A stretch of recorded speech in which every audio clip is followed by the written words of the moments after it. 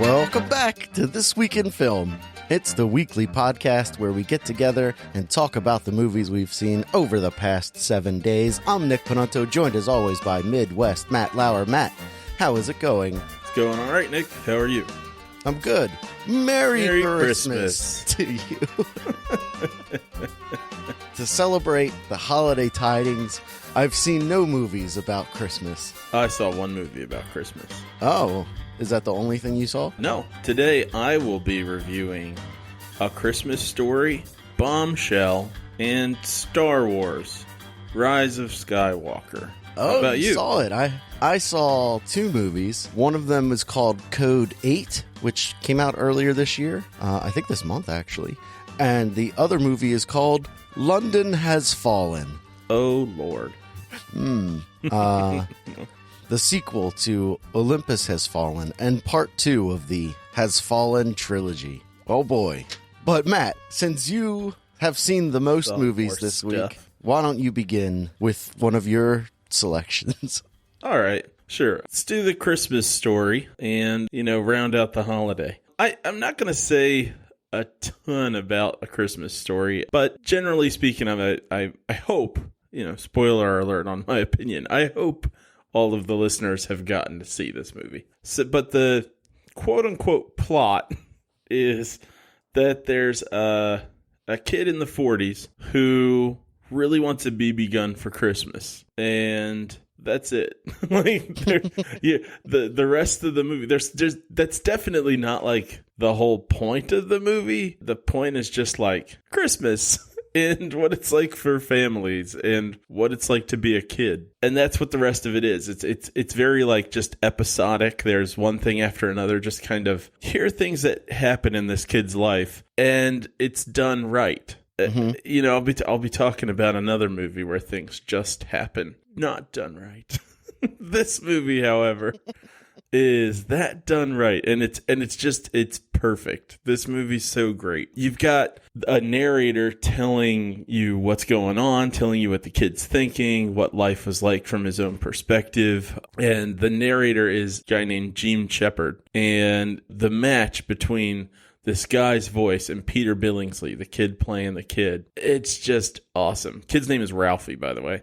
Everything is like, I don't know quite what the right word is for it, but it fits together perfectly. There's this music. It's very self-aware. It's not exactly like tongue-in-cheek, but it's between the music and the acting and these little dream sequences that happen. It's very much like, hey, we all know what it's like to be a kid and sort of imagine things from this weird, over-dramatized perspective. The acting in this movie's perfect. The casting's perfect. The atmosphere of it just fits for the setting, the setting in terms of time.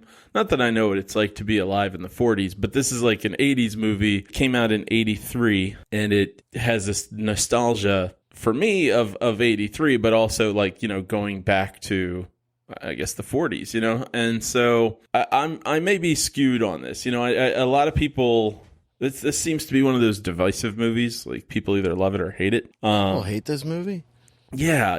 I've known quite a few people who don't like it because they think it's mean. And I sort of understand that. Like, it is kind of, there's some darkness to it. There's some sort of kind of cruelty, but it's like, it's just sort of realistic kid cruelty. And when I was a kid, I remember this movie being kind of dark. As an adult, though, like looking back on it, I'm like, it doesn't feel dark now. It just seems kind of like it just makes sense. So like there's like bullying and stuff like that throughout the movie. And looking back on that as an adult and those themes where I guess maybe dark isn't quite the right word, but there's pain involved, like kids being worried about upsetting their parents or getting yelled at and stuff like that. And for me at this age, like looking back, seeing those things in the movie, it's just like that just sort of makes sense. And it feels more real and authentic. There's something about this movie that feels like the most real movie I can think of about what it's like being a kid. And that just, I don't know, there's something about it just super, rings true. It's just enjoyable. Like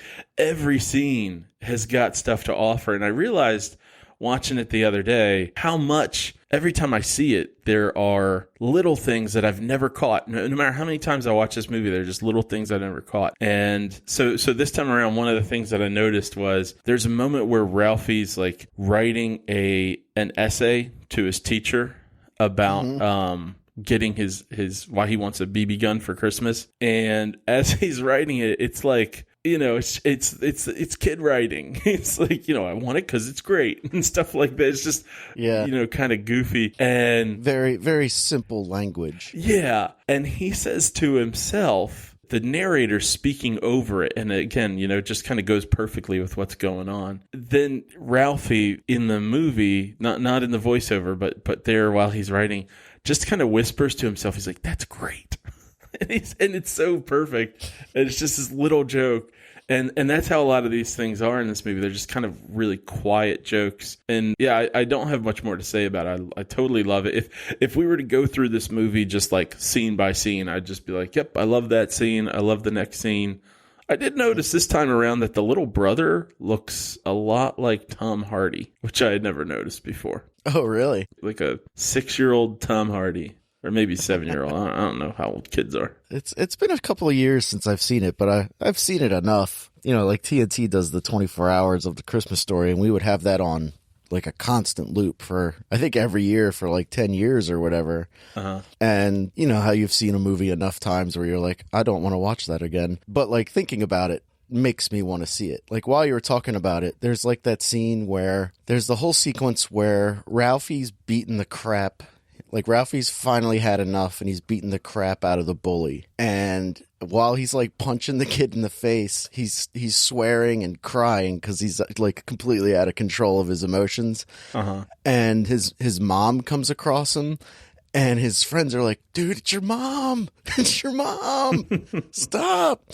And then the mom is pissed off about everything, but she's mostly upset about the swearing. And so she like gets him at home and she sits him down and she's like washing his mouth out with soap. And no, that's from a different scene in the movie. That's from him cursing when his dad's taking off the tire. Oh, right. Okay. Yeah, I'm getting them confused. Well, they both kind of, it all plays into that sequence where she's washing his mouth out with soap and she's just like sitting there with him and he's just kind of like, ugh. Like dry heaving, and she takes the soap out of his mouth and she goes, where'd you hear it from? And he's like, well, I could say my dad, which would be the truth, but that won't get me off the hook. So, and he rats out like a friend of his, like almost immediately. And so she calls the friend's mom, and the mom on the phone says, do you know where he heard that language? And the friend's mom says, yeah, probably from his father. And right. She goes, what? No, he heard it from your son. And then the other mom goes off. Like you just hear her drop the phone and then she just starts. What I do? What I do, Mom? What I do, Mom? What I do? What I do? What I do? And she's just beating the shit out of him. And they like cuts to Ralphie, who's like still, I guess, crying or whatever from having to eat the soap, and he's like, I knew over like 5 blocks over Phil was getting his. And he's like he feels bad about it, but at the same time he's like, I don't have soap in my mouth anymore. Oh man, you're like, what you say about like it encapsulates what it means to be a child perfectly is absolutely true. Like that's the movie takes place in the 40s, but it's kind of timeless except for the casual child abuse, right? But such was the time at the time of the time. But the rest of the ideas still, even something like that, the ideas still are sort of universal in terms of time. No kid wants to get in trouble kind of a thing. Like, dude, it's your mom. That's a universal fear, you know, like, but yeah, what a great movie. It was a total bomb when it was originally released. Mm-hmm. But it's grown so much since. Yeah. To the point now, I think like the house from the movie is like a tourist attraction in Cleveland or Cincinnati, one of those Ohio larger cities. Oh, yeah, actually, no, that sounds vaguely familiar. But Karina was watching it with me, and she looked up something and said it was filmed in Canada. But maybe some of it is, and some of it's not. The house isn't. But anyway, well, and she didn't like the movie before we watched it, and then we watched it the other day, and she actually enjoyed it. Oh, okay. So we sort of won her over. Take that, individual thought. But yeah, that's all I got on it. That's all I got to say. Wow, The Christmas Story. Great movie. Check it out. Great movie. All right, so I'm going to talk about one of my movies now, and I'm unsure of which one to start with. So I guess I'll start with what everyone's dying to hear about. London Has Fallen, the 2016 movie directed by Babak Najafi. It stars Gerard Butler as American Secret Service agent Mike Banning. Again, I'm stealing the We Hate Movies imitation of Gerard Butler. I don't think they own Scottish accents. Yeah, but I'm definitely doing their impression of it. Like, I'm totally aware that I'm doing an impression of their impression. Aaron Eckhart as President Aaron Eckhart. Morgan Freeman is apparently in this movie, and not Angelica Houston. Christ, Angela Bassett. Angela Bassett, thank you, from the first one. Also, a couple other people from the first one return, like from the Situation Room. They're also in the Situation Room in this second movie. Like Robert Forster from Jackie Brown. That's the biggest movie I can think of him in of modern times. I believe he was in Alligator. Is that a movie about a girl named Allie who turns into an alligator? Nope. Well, we should make that movie. Sure. It sounds like it would be better than London Has Fallen, because this was one of the worst things I've ever seen. It was terrible. I mean, really, really bad. It failed in all the ways that the first movie struggled to succeed. This movie completely failed all of them. It's poorly shot. It's really badly edited. The sound isn't super great, which isn't something that I normally notice. Mm-hmm, yeah. And it's just awful. So the premise of this movie is the movie starts off with U.S. drone strike on some wedding in Pakistan or India. Not entirely. I don't remember. And the family that is getting married, like her dad's like this huge terrorist guy, and the U.S. military is like, let's take him out. And they take him out. And then later they try to say, well, we didn't know his family was there. But meanwhile, it's at this huge wedding and there are like hundreds of people around. So they blow up this wedding and all of the important people survive. But I guess everyone who didn't have a line in the movie is dead. So that's like your inciting incident. Also, one of the dude's sons loses his legs and he rolls around in Charles Xavier's wheelchair for much of the movie. It then says 2 years later, and I don't know if that means it's 2 years after the events of the first film, because it's not clear. But they do reference the President Aaron Eckhart's re-election, which was an issue in the first movie, was that he was campaigning for re-election, and I guess he got re-elected. But this movie, at no point, references the events of the first movie. There's not a nod. There's not a, hey, remember that thing a couple years ago when this whole building got destroyed? Because it starts out there just in the White House and chit-chatting here and there. And everything is totally fixed. Everything looks like it did the day one. And no one mentions anything. The president's kid is not in this movie. They write him out. And the one instance when they're going to talk to the kid where he's going to get to have a line in this sequel, a guy brings over a laptop and he's like, Mr. President, I have your son on like FaceTime video chat or whatever. And the president's like, oh, great, I'd love to talk to my son. But then he gets a phone call and the guy on the phone is like, Mr. President, you have to take this call instead. And so he just kind of hangs up on his son. So we never get to see him or hear from him because he's got to talk to this important guy on the phone who tells him that the British Prime Minister has suddenly died, which is, yeah. So now the president and all the world leaders of the world have to come to London to attend the British Prime Minister's funeral. And there you go. Now you've got all the world leaders in one place. Then we get to see American Secret Service agent Mike Banning. So in the first movie, he and his, I want to say girlfriend, the nurse lady, are living in this small apartment somewhere in Washington, D.C., but they have since upgraded to a giant mansion. somewhere in Washington, D.C., and she's pregnant, and he is expecting his first child. And I looked up Gerard Butler, and he's like 50 years old, I want to say. He was born in 1969, so that puts him at like 50, right, on the dot? Oh, then yeah. 50. Yeah, I feel like he looks a little too old to be having his first child, and then two, he just looks old in this movie. He looks old and tired. So anyway, his wife is pregnant, and then he's getting ready to quit the Secret Service because he just wants to resign. And then this thing happens with the British Prime Minister, so he has to go with the president to London for this thing. And while they're there, everything goes wrong, and Gerard Butler and President Aaron Eckhart have to run through the streets of London evading various groups of terrorists as they try to get the American president to freedom while all the other world leaders die horribly. It is insane. The sequence where the terrorists make their move, they kill the leader of Italy, France, Japan. The British Prime Minister is already dead, and that was part of their plan, so that's also one of their kills. Did I say France? I think so. France.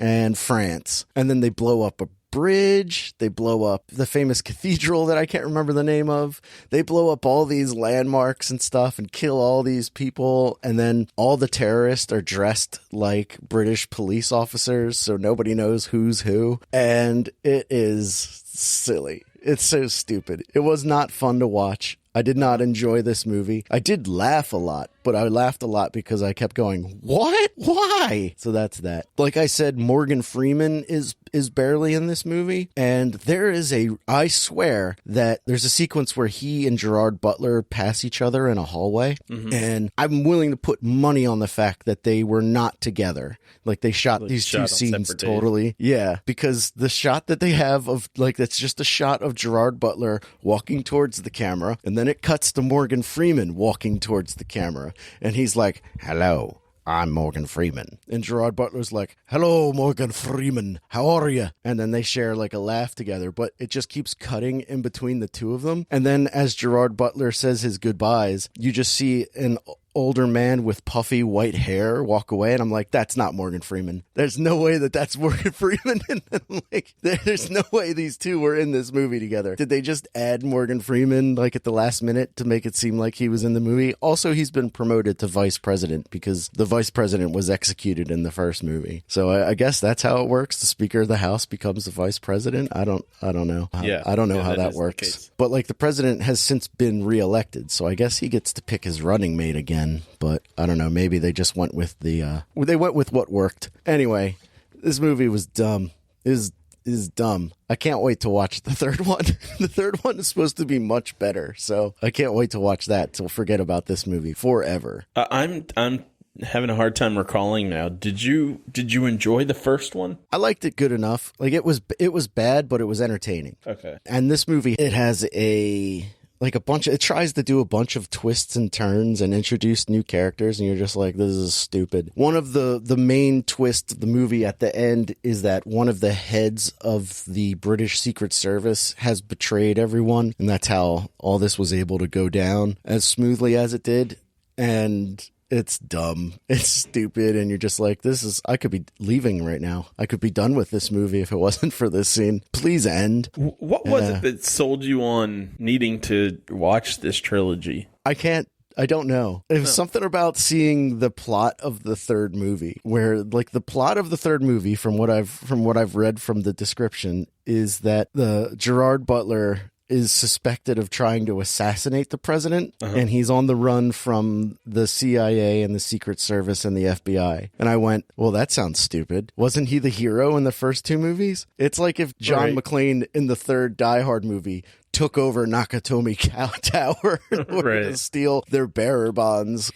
So I don't know. There's just something about it that sounded so dumb that I was like, I must I must see these. How could there be, especially after the horribleness of this second movie, how could they make a third one? And I guess it did well enough to make a third one. Oh yeah, its budget was $60 million, and worldwide it made over 200. So well, that'll do it. But apparently the third one is supposed to be much better. This one has an IMDb rating of 5.9, and for a major motion picture to have a score below 6 is that means it's pretty awful. Well, so there's that. I just wonder. If only you had known.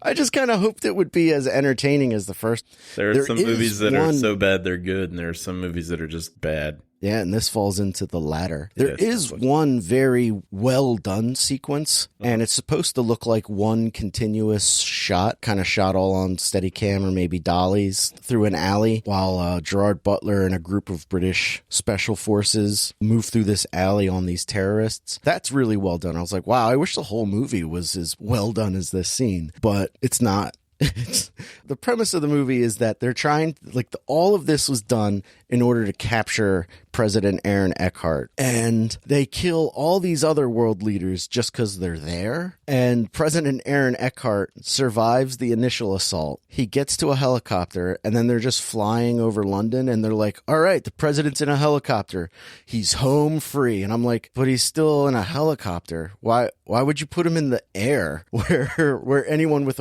there's a guy with a rocket?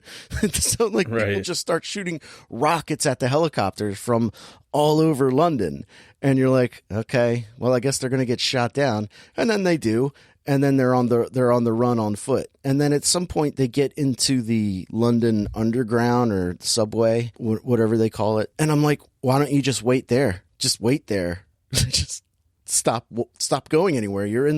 Just go into a bathroom. There's no way that they could find you in this whole city. Or at one point they're in the tunnels of the subway, and I'm like, there's no way they can find you. While this is going on, I thought it would be neat if they established that the president is wearing some sort of tracking device on him, and the terrorists have access to it, which is how they're able to track him down. Like wherever he goes, they're able to find him, because in the movie, wherever they go, they're able to find him. No sweat. And it's ridiculous. It doesn't make any sense. It's so poorly thought out and poorly executed. It's just obnoxious. A lot of violence, though. But Mike Banning does get to use his knife, but not a lot of skull stabbings like in the first movie.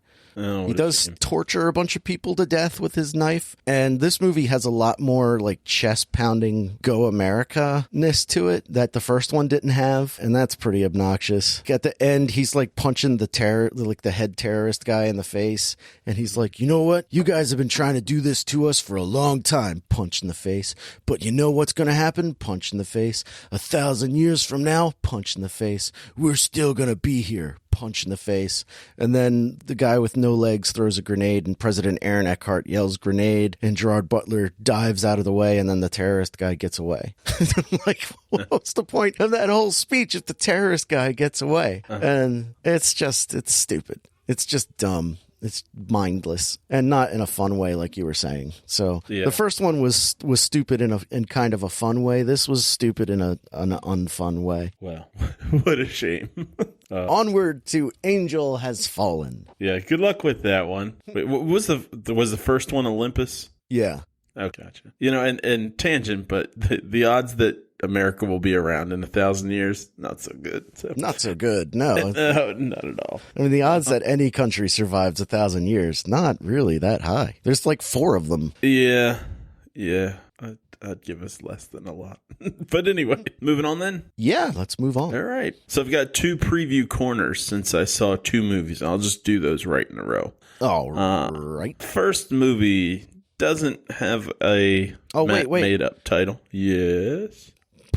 Preview corner.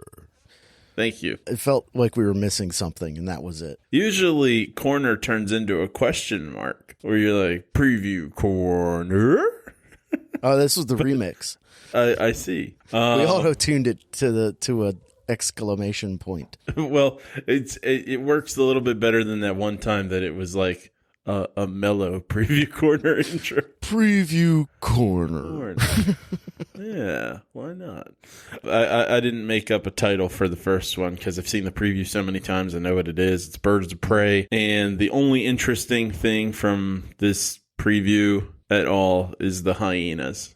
And all I just want to do is watch really big hyenas be on the screen. So, no thanks. So I guess that was a new trailer? I don't remember hyenas in the other trailer. They're only in it for like a second or two. Harley Quinn has two pet hyenas. Yeah. So, then I saw a preview for a movie that was like inspirational movie music, but then it turned into a Blumhouse movie preview. So I was like, okay. Spring Break movie? I don't know. Oh. But then it's called Fantasy Island. And you've got a couple kids, young adults who, man, I'm at that age where I call young adults kids. But it's got this sort of like people can go to this island and live out their fantasies, but it's sort of like a monkey's paw kind of thing where you play out your fantasy, but it's twisted in some way. Is it based on the TV show? Oh, no.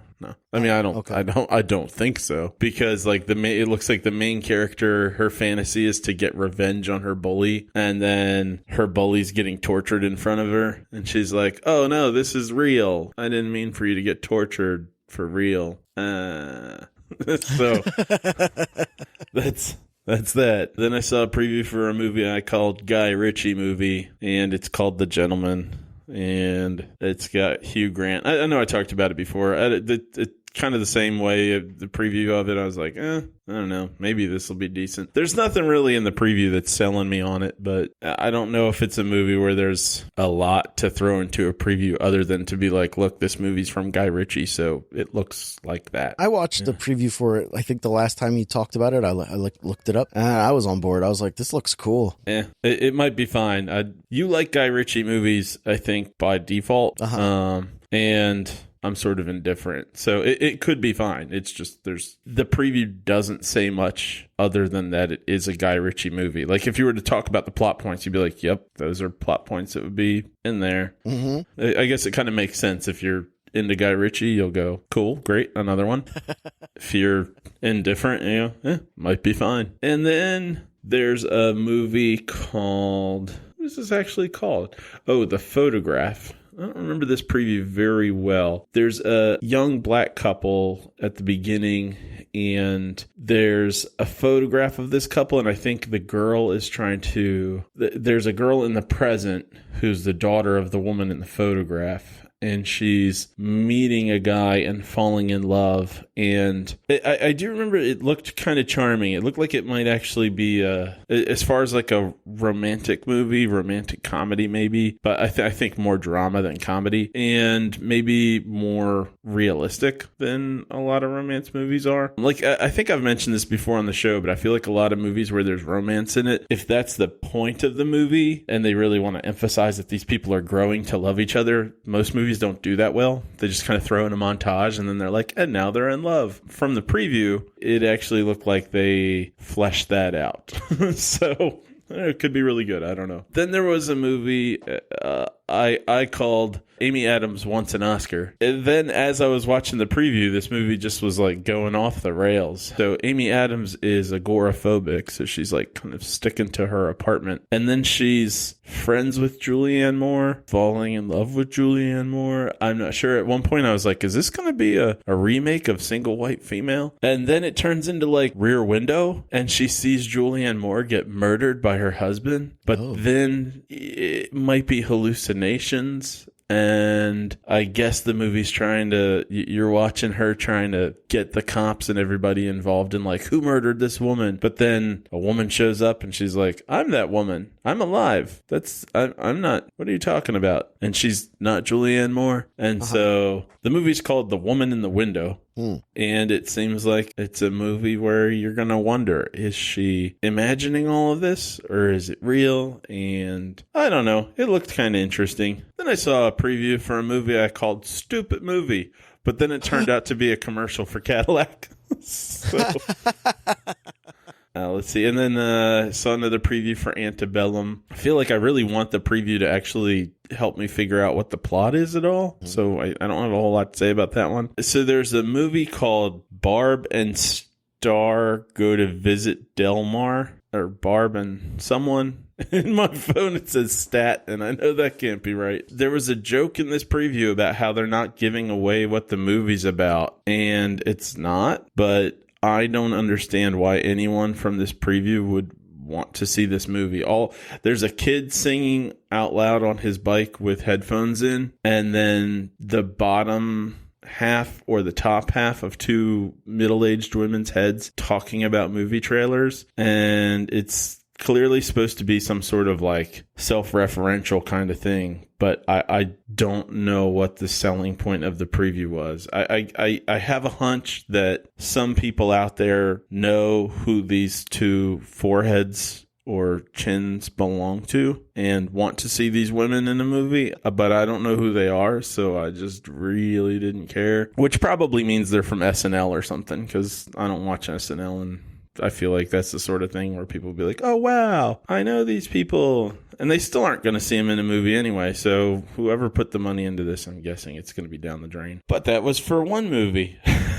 Preview corner for another movie. And these I saw last night. Ryan Reynolds is a boring hero in a video game. It's called Free Guy. Those are my notes. 'Cause I got no idea what was going on in this movie. I can't wait to see this. I think this movie looks awesome. I couldn't figure out what was going on. He's just an NPC in Grand Theft Auto. Okay, cool. All right, that makes sense. I definitely missed something there. Okay, well then, I want to watch that preview again. Because that sounds like a fun idea. I was just confused. Yeah, okay, all right. Then I saw a preview for a movie I called More Live Action Animals. And it turned out it is called Doolittle. And it's got that guy that played Iron Man, Robert Downey Jr., as Dr. Doolittle. And for some reason, this is a different take on Dr. Doolittle, it looks like, because it looks more like an epic journey movie than a comedy. And as an audience member for the preview, I felt just about as interested in this as I was in any of those Alice in Wonderland movies, which is to say, not at all.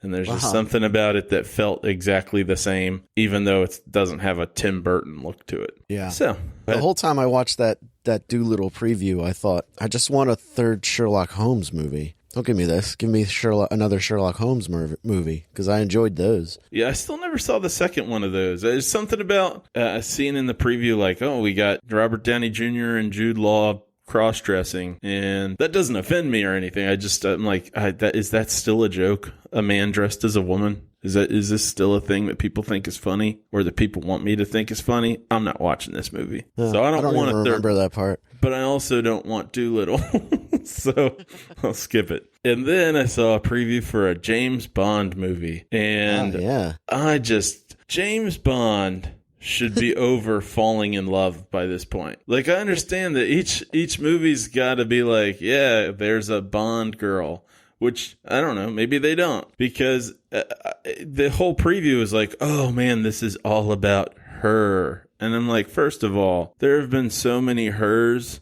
I'm starting to feel like James Bond is not this guy who's like, falling in love against his will because he's a tough dude. I'm like, no, he's falling for fucking everybody. Stop. Like, take a year off, dude. And not only that, but even in this preview, there are like 3 different women they could be talking about. It seems like he's got like a ton of counterparts. Yeah, anyway, it's called No Time to Die, and it just looks, I don't know. Daniel Craig looked like he was bored in the preview, so I'm not interested either. But to be fair, I've never been a James Bond fan, so screw me. Top Gun 2. I love Bond movies, but the last one, Spectre, I did not care for. But I like Skyfall enough. I think it's gorgeous. So I'm hoping that like Daniel Craig is like in every other Bond is great kind of a guy, because his first and his third were quite good. The second and the fourth were pretty terrible. Yeah, you had me watch the first and second one with Daniel Craig, and the first one was fine.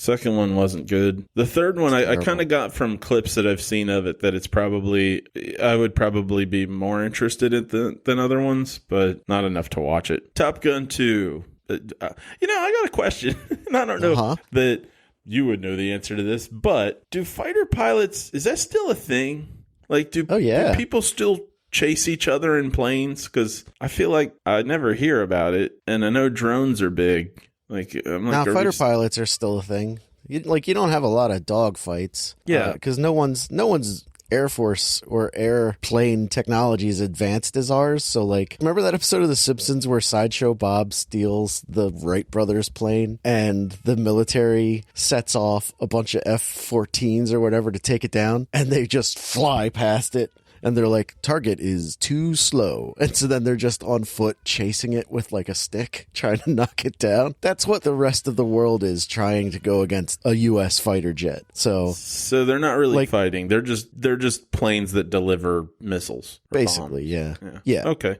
I mean, they do go, we do have planes in the air. Anytime there's a problem, they send up the fighter jets and they're just waiting to stand by. They're ready for action, but no one's going to send up a jet to fight a raptor. That's just not going to happen. Okay. Well, yeah, there's nothing about this movie that has me interested at all. And there's a scene where I cannot wait to see it. Yeah, I know. And there's a scene where, kind of like what you're talking about, where it's target is too slow, where they have Tom Cruise look out the window, quote unquote, as he passes something. And it's kind of he's buzzing the tower or something and looking back at them like, ha, ha, ha. And I'm like, why is he even looking out the window?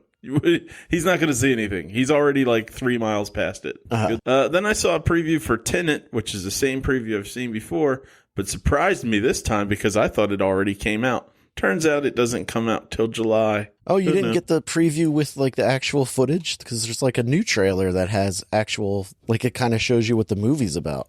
Oh, no, I haven't seen that yet. That trailer was kind of cool. Him looking at bullet holes in a window. Yeah. So you got to see that new trailer. I was like, ooh, okay. Yeah. It's got something to do with controlling time. You can rewind time. Yeah, I heard someone talking about it, and I got that, but yeah, nothing from the preview with him and the looking at bullet holes. Then I saw a preview for Black Widow, and I just, at this point, I'm like, why would I, now that Endgame has happened, why, I don't feel any interest in any other movies that are setting up the universe. I do not need any more prequels. So, no thanks. No thanks, Black Widow. And then I saw a preview for a movie that I called Wizard Trolls. Turns out it's actually called Onward. And it's about a troll kid who's trying to revive the top half of his father. What? Yeah, exactly. It looks dumb, and it's from Pixar and Disney, but it looks like it does not have the regular Pixar solid plot going for it. Yeah, so he's trying to revive or recover or something the top half of his father. He gets a magic wand or staff and tries to bring his dad back to life, but it's just the bottom half of him. So he's got to go rescue the top half. Oh. Yeah, what the hell? And then I saw a preview for a movie that I called Girl Fight. Oh my God, there's more. This is the last one. This is the last one. Would you say Girl Fight? Yeah, but with a comma. So more like Girl Fight. Turns out it's actually called Mulan, and I don't care. And that's it. Yeah, I don't care about that either. Yep, I never saw the cartoon. I think I stopped watching Disney movies, the cartoons after probably Aladdin. I want to say is probably the newest one I saw. So I never saw Pocahontas, never saw Mulan, didn't want to see Lion King, and yeah. Anyway, all right. So I never really liked Mulan. Some of the music's pretty good, but I didn't really. It didn't work for me. Yeah, I think, honestly, I think my own interest was sort of just I liked fairy tales, or I was interested in fairy tales. That's as far as Disney goes. Oh my. So that was a lot of previews. You're welcome, Big Ticket. He loves Preview Corner. Well, he got a lot of it. Bombshell. So Bombshell is... I've never heard... Oh, wait, is this the Fox News movie? Yeah. Yeah. Oh, okay. All right. Gotcha. Okay. Yeah. So I think this was done by a lot of the same people as The Big Short, and it has a similar feel. Although I feel like this one was kind of tighter than The Big Short. So what this movie is about is it focuses, I guess, primarily on the accusations against Roger Ailes, the guy that sort of developed Fox News for the Murdochs, and his sexual assaults and sexual harassment and stuff of a few different women, well, a lot of women in the Fox News setting. But it's also about the whole culture there at Fox News, but it's also about the whole culture of misogyny and stuff in America. Okay. And this stars Nicole Kidman as Gretchen Carlson, Margot Robbie as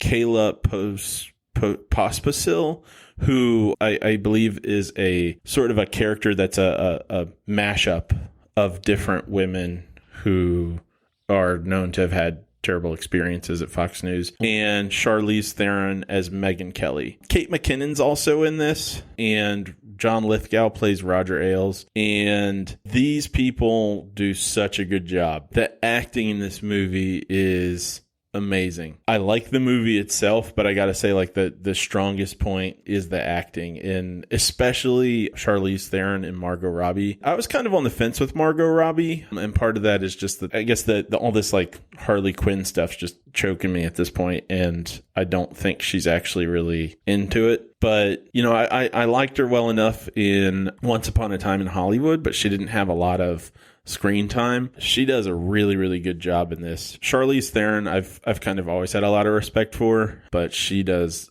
such a kick-ass job too. At first, it seems like, for the first few minutes anyway, I'm like, man, she's really like putting on a voice. But then I realized that she's just doing a really good job kind of imitating Megyn Kelly.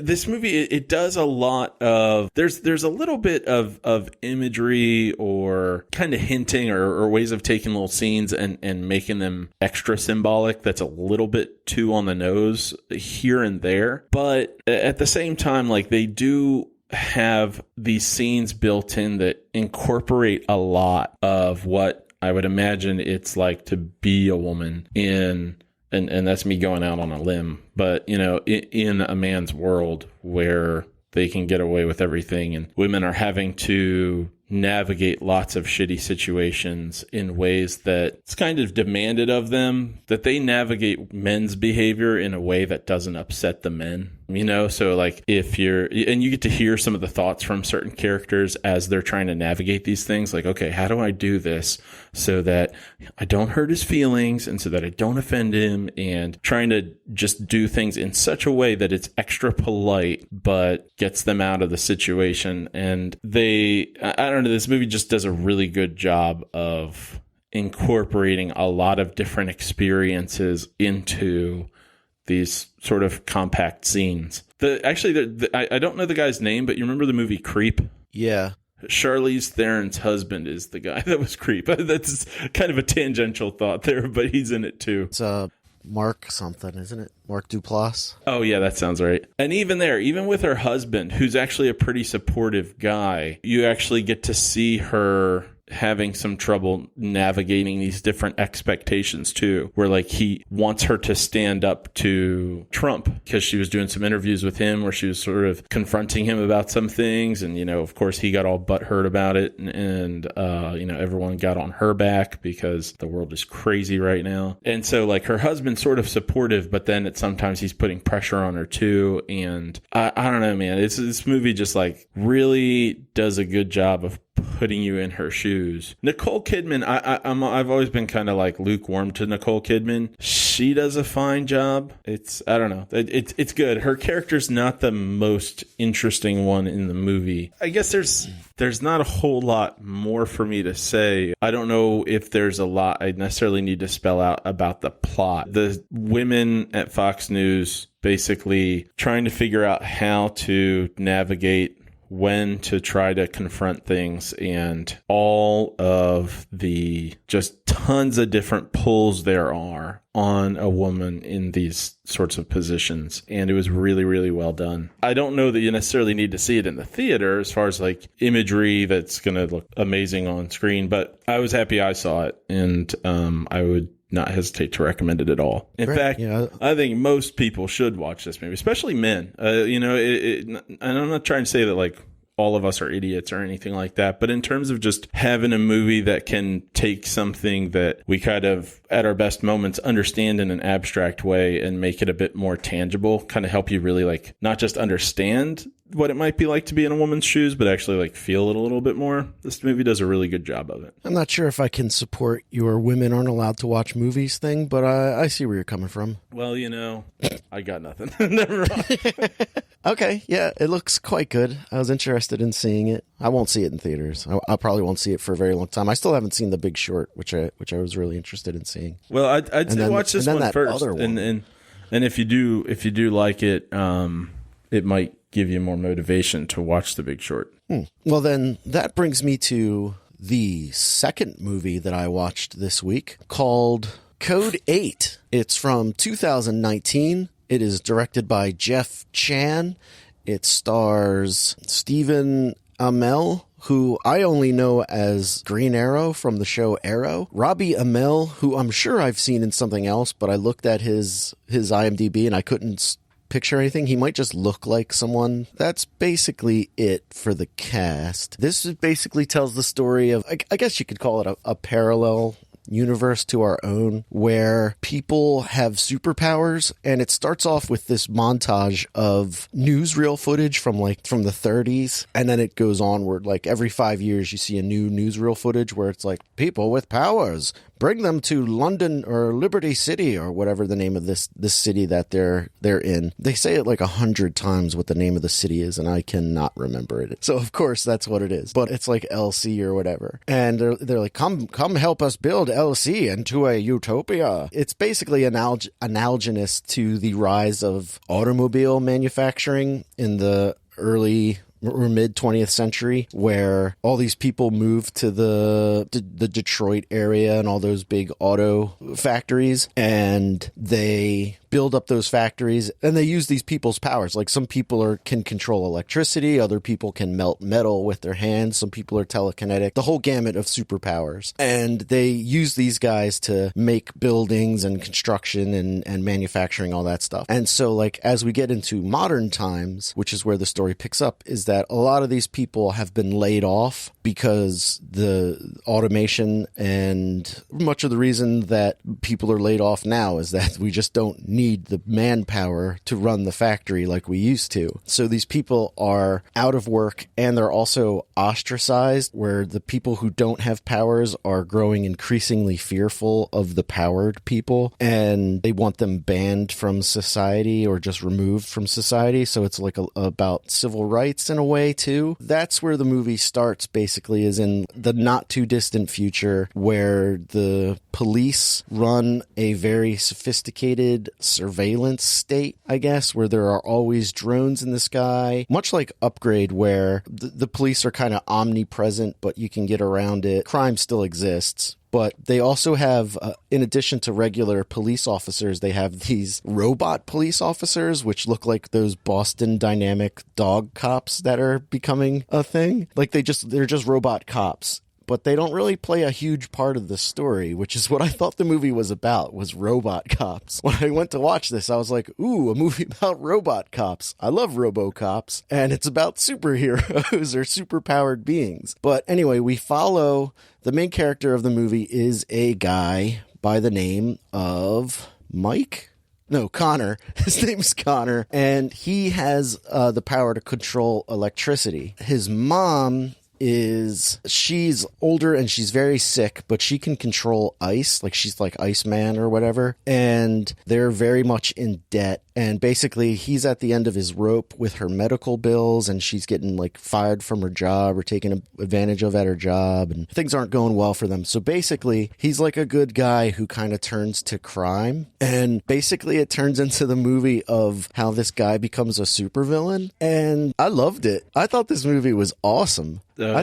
I thought it was great. There's a few parts here and there where you're like, come on, where it falls a little flat. But for the most part, I thought this movie was kick-ass. The special effects are very inexpensively done, but they look great for a very low-budget movie. The acting is really quite good. The action sequences are pretty well done. The robot cops look fantastic. Like, I guess they must just be guys in suits but like the head, I don't know how they did that. It looked great. The movie looks great. The plot works. It's very compelling, and it makes you kind of, it's a movie that makes you think a little bit about modern times. And there's people with superpowers, and the guy's becoming a bad guy, and he doesn't really want to be a bad guy, but he's got bills to pay. And it's pretty good. I liked it. I liked it quite a bit. I highly recommend it. It's not about robot cops, which is what I thought it was about. Superpowers was like when it first starts off, the first thing they're talking about is people with superpowers come to London City. Be a superhero here. Help us build a tower. And I'm like, what? And then it goes on, and you're like, oh, okay. And the dude who plays Green Arrow, he's quite good in it. The bad guy in the movie, I'm pretty sure I've seen him in another thing. Greg Brick. I can't think of what else he's been in, though. He's pretty good. There's these two guys. There's like two cops in the movie, two human cops. And one of them is like the good cop, and the other guy's a bad cop. Bad cop you could get rid of. He's just there to I think, take up space. But good cop is a good cop. And it's a pretty solid movie. It's not the best thing ever, but it was pretty good. Does feel really long, though. It's only an hour and a half, and it feels much longer. So it's got some pretty slow parts, but you kind of let it go a little bit, I think. I liked it. Yeah. Right. Yeah. If you're looking for something a little offbeat, check out Code 8. It was pretty entertaining. I liked it quite a bit. Well, that's pretty good, given that it disappointed you to not be watching RoboCop, but you still enjoyed yourself. That's a good sign. And when the RoboCops showed up, I was always like, ooh, RoboCops, and they're sort of effective. like they drop from these drones. Like they'll just say, unleash the Guardians, and that's what the RoboCops are, and they'll drop from the sky, and then they're just like patrolling the city, like you can't see me, but I'm going left to right with a machine gun. And of course, they're heartless killing machines, like robots are supposed to be. It's a glimpse into the not too distant future where men are working side by side with heartless killing robots. That sounds right. I read an article recently that said that the U.S. Department of Defense did a big study into basically robot technology, and they said the primary detrimental factor to widespread adoption to robot soldiers and police officers is science fiction, and that the U.S. government needs to invest heavily into counter-education to re-educate the people into not being afraid of the robot cops that are coming. Isn't that usually part of the science fiction? That's usually what the movie's about. That's exactly what I was thinking. Do not fear your robot overlords. They are here to help. We're here to help. Get on the ground. Present hall pass. So, onward? Onward. Star Wars, Rise of Skywalker. Oh, now, right. First question. Does the scroll usually have 4 ellipses? Where it says long ago in a galaxy far, far away, ... Hang on, I can find out real quick. Well, they did here. I thought that was kind of strange. According to the first picture that popped up, 4 ellipses. All right. Yeah, so I will discuss this without spoiling anything. And so I'm just going to have to explain how things are. Now, you might think, Matt, can't you just describe the plot? And the answer is no. There's not a whole lot of it here. This movie was probably, I didn't look up the time, but I want to say maybe 2.5 hours. Anyway, I'm going to guess then. It's probably about 2.5 hours. I would say of that, probably 2 hours of it then is completely pointless. Really? Yeah, absolutely. Absolutely. There's, oh man, this movie's quite a ride. The pace especially for the first like hour, it's just insane. It's not watching a movie. It's watching scenes or it's kind of like watching a bunch of previews at once, because it's just one scene after another. It's just like, here's a thing that happened, here's another thing that happened, here's something else, and it's just the fastest, most relentless pace. There's no room for anything to breathe, and it's just too much. It's like a half hour into the movie, I was just like, this movie's annoying. And actually, I think it was probably sooner than that. It might have been like the first 15 minutes or so. And that's really just this wild pace. For the first half hour, definitely the dialogue and the events and even the music are too much. Like, the music in this movie is not bad, but for the first half hour, it's like, man, do we need swelling trumpets and brass instruments just for like every line of dialogue? Mm-hmm. Every shot seems to think it's really important. And that's really problematic in a movie where nothing matters. Nothing matters. Each thing that happens is just taken away immediately. So do you remember at the beginning of LA Confidential where there's the voiceover from Danny DeVito and he's like, is it these guys who are doing the stuff? And then you see them get shot and he's like, nope. Is it these other dudes? Guess not. That's this movie nonstop, where it's just like each thing that happens doesn't matter at all, whether it's positive or negative. It's like, wow, now they have that thing. This should be great. Oh, nope, that's taken away. Wait, oh, something terrible just happened. Oh, well, it's already fixed. By the time you've started to respond to the last plot point, it's taken away. Mm-hmm. Just one time after another, to the point that about maybe halfway through the movie, I just started predicting things. Like, okay, well, this is going to be solved in the next 30 seconds. And it'd be taken out. And it's very convenient, too, where it's like, say you were like, Matt, my car just broke down. I'd go, doesn't matter. You're going to have another one in a second. Here's a car.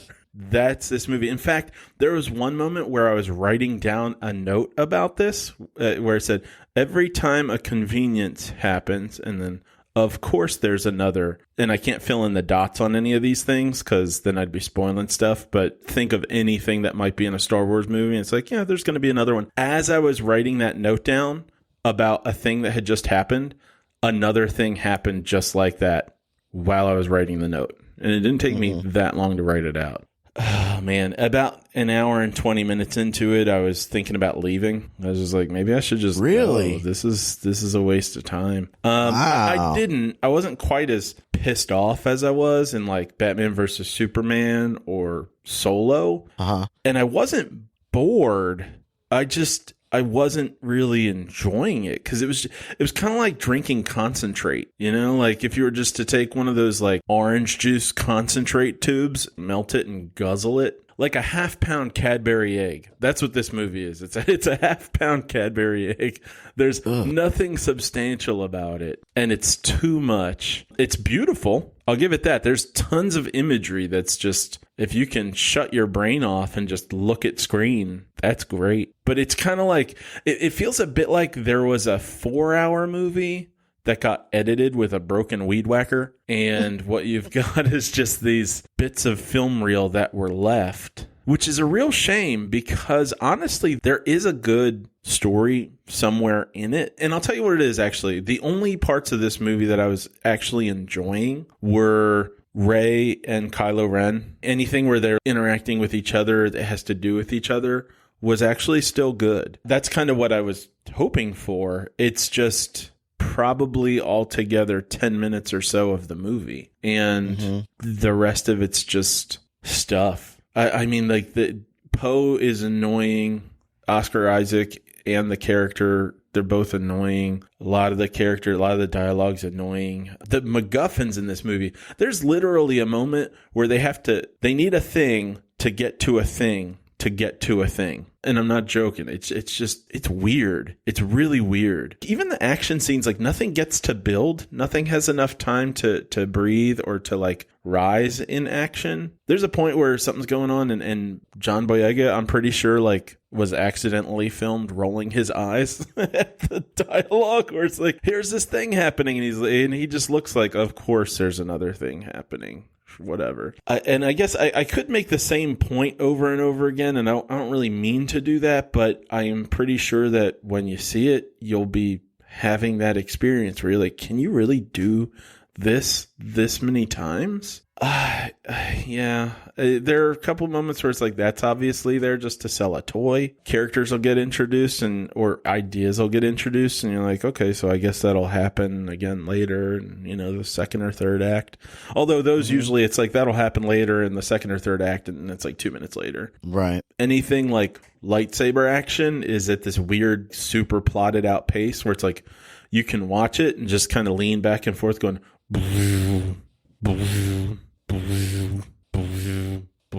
like it's just this steady quarter beat kind of thing, or maybe like half beat, or no, what's it? Half note. Yeah, so like 2 quarters. It's just weird. Like the lightsaber battle, I'm like, these people are supposed to be like really, really kick ass with these lightsabers, and they're just taking a swing on every tick of the clock. It's not good writing, so they have to tell you about a million times. Like the phrase, if this mission fails, ... is used like probably 100 times. And there was a moment, and I tried really hard to figure out how I could explain this without spoiling something. I still don't quite know how to do it. So there's a moment where I wrote to myself, what? Know something? And so if this were like a Matrix movie, how about if I were to say, you know how in the second Matrix movie, they kind of hint at, like, there's sort of those 2 white ghosty kind of guys. The twins. Yeah. If you were to like see that, and then that there's some sort of hints of like someone being kind of vampire-like, and you were to go, what? No werewolves? And then all of a sudden a werewolf were to show up. I did that with this movie, except it was a reference back to something stupid that's in other movies. And I went, what? None of those? I mean, this is already dumb. Why not throw those in here too? And I swear to God, about 10 minutes later, there they are. I'm like, Jesus Christ. So here's what's good about this movie. The imagery, Daisy Ridley, Adam Driver. The second half of the movie has that stuff in it. That's where it is. And so the second half's definitely better than the first half. And then there's one little character, like this little dude that's about maybe as big as a human hand, who's fun. Everything else about this movie sucks. Wow. It's just, it's weird, man. The second movie, I liked The Last Jedi a lot, but I didn't like the whole plot where they went to the other planet. And I could just, if I ever, whenever I watch that again, I'm just going to skip that part. Like, I'm just going to fast forward through the whole Finn and Rose go to gambling planet plot. Yeah. I'm just going to fast forward through it, and then I'm going to love the movie. This is like the opposite of that, where there's a little bit of something good stuck in the midst of just a fire hose of randomly thrown. When people say like the idea of like throwing stuff at the wall and seeing what sticks? Yeah. They just like threw everything at the wall, and before anything could fall off, they were like, quick, get a picture of it. Now make it 2.5 hours long. And so the good stuff is just this little chunk that's lost because it's drowning in all of that. I can't say I was bored though, because it is so fast and so much, but boy, is it strange. So I don't know that you can't enjoy it. I did get the sense that there's probably, for people who like read Star Wars books and stuff like that, some of these things that seem completely random are probably like, I don't know, characters that are in a comic book or something. So maybe they'll do something for other people. But boy, was this a strange experience. I'm going to make a strange recommendation here, though, and that is that you chip in, like you throw the extra money at it to see it in the theater on IMAX, because the visuals can be so gorgeous in some scenes. That's kind of the only way to watch it. That said, I can't say people should put more money into these Star Wars movies, because they're just going to keep doing them so lazily if we just see everything. And it's kind of a shame because, like Rogue One, which I don't think did as well as the whatever you call like the main plot, that I thought was a good movie, and it didn't do as well. And then the main ones could just keep making them and printing money, and people will probably keep going to the theater to see them. But boy, I just want them to stop. I wouldn't mind if they did some more of those side projects like Rogue One, and maybe put one out every maybe 4 or 5 years rather than in such rapid succession. I haven't watched The Mandalorian, so I don't really know, other than Baby Yoda, what's going on there. But man, this was a really, really chaotic way to wrap up this trilogy, or the nineology. And Right. that's all I have. That's all I got to say about it. Okay. Well, that does not make me want to see it any more than I already don't want to see it. But I'm gonna see it. I just haven't had time. But maybe like, I love if you're gonna see it in IMAX, but don't go see it. I didn't see it in 3D. I kind of wish I had. I don't know. It's such a weird experience, man. So strange. And I really super don't have a sense of what a real Star Wars fan might feel about it. Mm-hmm. Yeah. I know it's not getting great reviews, but I don't know if that's from the fans or not. Yeah, I don't know. I've kind of avoided everything about it. I've been lucky. At work, we've got like a deadline of the first of the year to see it, and then all bets are off. And then all the spoilers happen. Yeah, then people don't have to watch what they say anymore. Yeah. I look forward to that conversation. Once you see it, I'll be happy to be able to talk about some of the things that are that I had to dance around a little bit. Yeah. Yeah. All right. Well, that brings us to this week's movie ranking list update. I have placed my movies, so I'll go first. Up first, Code 8. I'm going to put below Iron Man 3, which is in a ridiculously low spot. Like, I hate why Iron Man 3 is on this list. It's going in the new number 35 spot, underneath Iron Man 3, but above Birds of Passage. I'm going to give it 3.5 stars. I was kind of torn between 3 and 3.5, and I was like, you know what?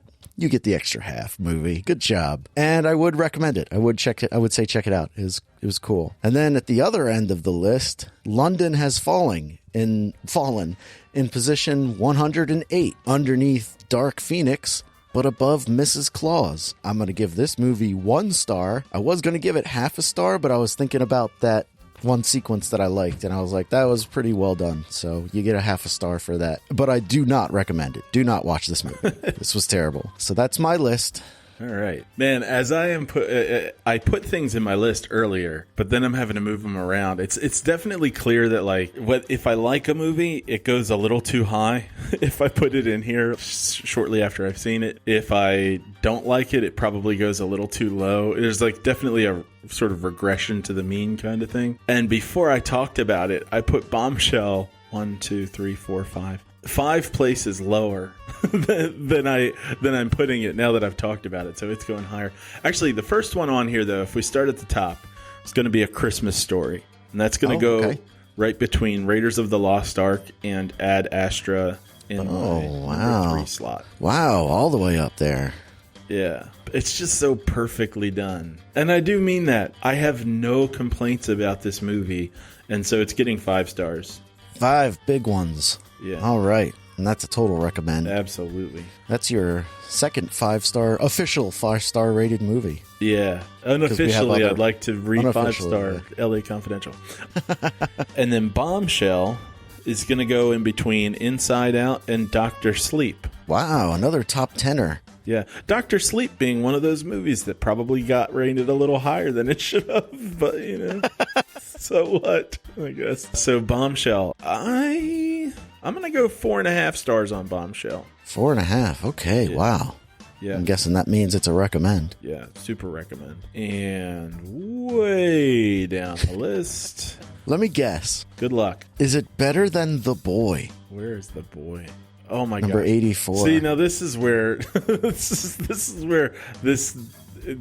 regression to the mean thing is a real issue for the movies I haven't liked either, because it's going way higher than it should in some ways. And the reason is I was looking at things and I'm like, well, you know, I've talked so much since seeing Blazing Saddles about Blazing Saddles. I almost want to talk about it more like it's a better movie than I experienced it as. You know, like I'm like, all right, I give it credit for what it does, but I still just thought the humor was shit. And so, you know, like, whatever, it probably belongs where it is. But Star Wars Rise of Skywalker happens to include, and I hate that that's the truest way to say it, happens to include a storyline I like. And that is the Kylo Ren Rey stuff. I really like what they've done with those characters. I like the performances. So because of that, Star Wars Rise of Skywalker is going higher than it probably should. Then again, it's below Scary Stories to Tell in the Dark. So you know what? Fine. It belongs where it is. It's between Dragons 3 and Bird Box. Wow. Better than Bird Box. Yeah, you know why? Because it had something to offer. And Bird Box really didn't. So, again, this movie's... If it didn't have the 10 or 15 minutes of scenes with Adam Driver and Daisy Ridley, it would be way lower than it is. Way lower. I would have no problem putting it well below The Boy. But it does have that stuff. So, yeah. It's going between Dragons 3 and Bird Box. Oh my God. What to give it in terms of stars. Shit. This is in your number 68 spot for those inquiring to know. I'm going to give it, for visuals and acting and that bit of story, 2 stars. 2 stars. Wow, so you wanted to go lower. Oh, yeah. Seriously, if it weren't for those things, it would be nothing. It wouldn't be a movie. It would just be a hodgepodge of scenes. Yeah, almost like the shortest shorts ever. Yeah, so no, I'm not going to recommend it. Wow. But if you see it on an IMAX screen. Don't see it, but if you do, spend the most money possible. You have to. If it weren't for like some scenes where I'm like, wow, the rumbling of the speakers make me feel like I'm in the middle of an ocean type thing, then I probably would have been like, man, this is flat.